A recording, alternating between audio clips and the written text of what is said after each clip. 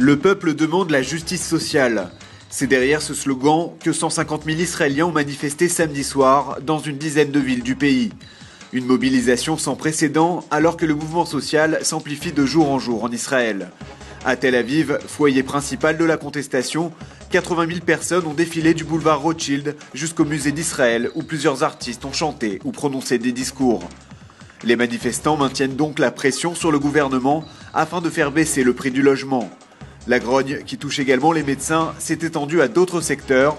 Plusieurs groupes de consommateurs ont ainsi commencé à s'élever contre la hausse des prix du carburant ou encore contre les frais de scolarité.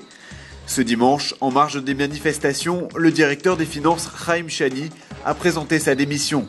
Il s'agit de la première conséquence politique de l'actuelle crise sociale que traverse Israël. En Syrie, le régime de Bachar el-Assad intensifie sa répression contre la révolte. Ce dimanche, 45 personnes ont été tuées et des dizaines d'autres blessées lors d'une vaste offensive de l'armée dans la ville de Hama. L'assaut militaire a été lancé par des tanks qui ont bombardé cette localité rebelle située au centre de la Syrie. Le pouvoir de Damas tente depuis plusieurs semaines d'empêcher les manifestations dans cette ville, mais vendredi encore, ce sont près de 500 000 personnes qui sont sorties dans les rues pour défier le pouvoir. Hama reste un symbole de la lutte contre le régime en Syrie depuis la terrible répression de 1982. Une révolte des frères musulmans contre le président Hafez el-Assad, père de Bachar, avait alors été matée dans le sang, faisant près de 20 000 morts. Le journal Haaretz se révèle ce dimanche que plusieurs hommes d'affaires israéliens sont impliqués dans des projets de développement au Sud-Soudan, le dernier État africain à avoir déclaré son indépendance le 9 juillet dernier.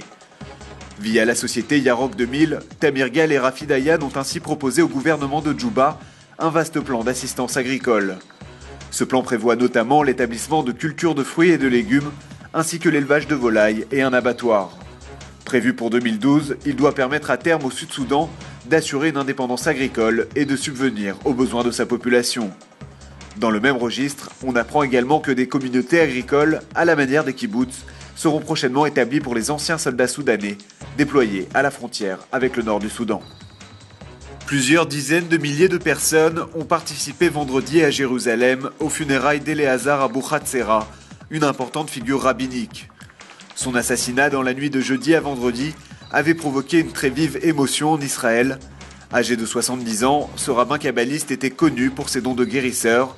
Il a été assassiné à coups de couteau dans la ville de Beersheba alors qu'il recevait des fidèles venus quérir sa bénédiction.